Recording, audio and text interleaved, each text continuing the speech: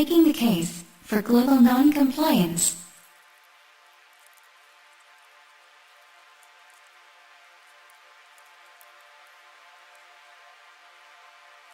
There are direct links between relationships on a one-to-one level and on a mass scale. Comparisons can be drawn back and forth from populations with their controlling powers and the way the dynamics work between two people. We shall put forth the case for global non-compliance as a solution to ending tyranny of corporate-owned governments around the world. There can no longer be any doubt about the abuses perpetrated on people from the psychopathic control grid that has now been fully exposed in the alternative media. From the recent NSA scandals that have woken so many from their daydream, to the insidious effects of companies like Monsanto and their anti-nature, anti-human methodologies. The list is long. Bailouts for criminal banking practices. Gun running by intelligence agencies. Ongoing chemtrailing across the Western world. Dark pedophile rings that seem to be embedded in the highest parts of the establishment. Drug smuggling and protection of Afghan poppy fields. Murder by drone technology. Media mind control and the utter failure by most of the mainstream media to report the facts to the people. On and on it goes. The system is completely psychopathic, based on a hierarchical structure instead of holistic, compartmentalized instead of unified. This debt and death paradigm is completely unnatural and does not serve the best interests of the people of the world. Rather, it is geared towards benefiting the few at the top and keeping their controlling influence going. All the energy, effort, and money plowed into keeping the masses unaware of this fact only testifies to the fear-based mindset of these criminally insane and murderous leaders and elites, and the precariousness of their hold over the populations that they so despise. They are trying to normalize this psychopathic mindset. This makes it easier for them to hide amongst us, while also allowing vast profits to be made off the backs of the traumatized masses as they struggle to climb the ladder. As a psychopath would study human behavior to blend in and remain undiscovered, so the psychopaths that run this diabolical system do the same.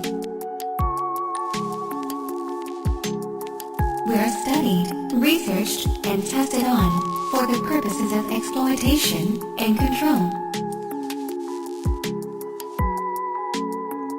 Who? Why? When? Where? These are important questions, but let's keep it simple, as investigations into all this insanity lead us down many rabbit holes with conflicting opinions and evidence. Let us just agree for now that it is happening. Let us agree that we are in an abusive relationship with these psychopaths, and the solution may lie in how to break free from a relationship with just one. Let's now explore some advice given to victims of abuse in a relationship with a psychopath and see if we can use the information to extract ourselves from the abusive relationship we are currently in with these corrupt, criminally insane psychopaths that we call our leaders. In victims and survivors of psychopaths, it is pointed out that a process of traumatic bonding happens between the abused person and the abuser.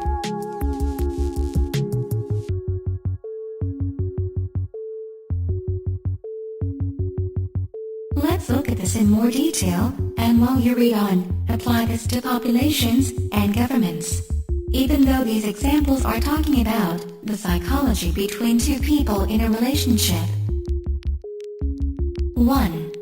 There must be an imbalance of power, with one person more in control of key aspects of the relationship, such as setting themselves up as the authority through such things as controlling the finances, or making most of the relationship decisions, or using threats and intimidations, so the relationship has become lopsided. 2. The abusive behavior is sporadic in nature. It is characterized by intermittent reinforcement, which means there is the alternating of highly intense positives, such as intense kindness or affection, and the negatives of the abusive behavior.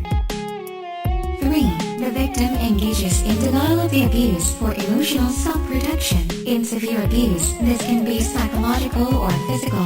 One form of psychological protection strategy is dissociation, where the victim experiences the abuse as if it is not happening to them, but as if they are outside their body, watching the scene unfold, like watching a movie. Dissociative states allow the victim to compartmentalize the abusive aspects of the relationship in order to focus on the positive aspects. The use of denial and distancing oneself from the abuse are forms of what is called cognitive dissonance. In abusive relationships, this means that what is happening to the victim is so horrible, so far removed from their thoughts and expectations of the world, that it is dissonant, or out of tune, or at odds with their pre-existing expectations and reality. Since the victim feels powerless to change the situation, they rely on emotional strategies to try to make it less dissonant, to try to somehow make it fit. To cope with the contradicting behaviors of the abuser, and to survive the abuse, the person literally has to change how they perceive reality. Studies also show a person is more loyal and committed to a person or situation that is difficult, uncomfortable, or even humiliating. And the more the victim has invested in the relationship, the more they need to justify their position. Cognitive dissonance is a powerful self-preservation mechanism which can completely distort and override the truth, with the victim developing a tolerance for the abuse and normalizing the abuser's behavior despite evidence to the contrary. 4. The victim masks that the abuse is happening, may not have admitted it to anyone, not even themselves. Trauma bonding makes it easier for a victim to survive within the relationship, but it severely undermines the victim's self-structures, undermining their ability to accurately evaluate nature, and impairs their ability to perceive alternatives to the situation. Once a trauma bond is established, it becomes extremely difficult for the victim to break free of the relationship.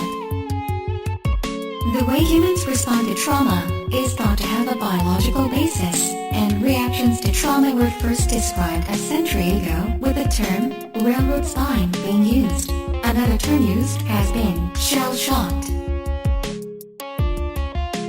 Victims overwhelmed with terror suffer from an overload of their system, and to be able to function, they must distort reality.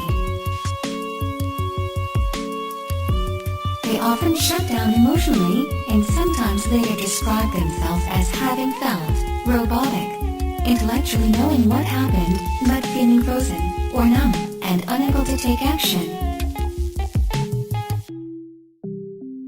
A victim must feel safe and out of survival mode before they will be able to make cognitive changes.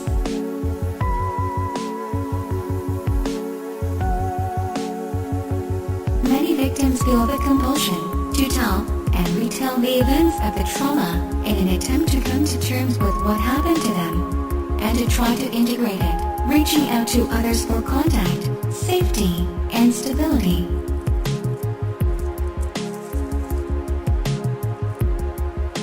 Other victims react in an opposite manner, withdrawing into a shallow self-imposed isolation.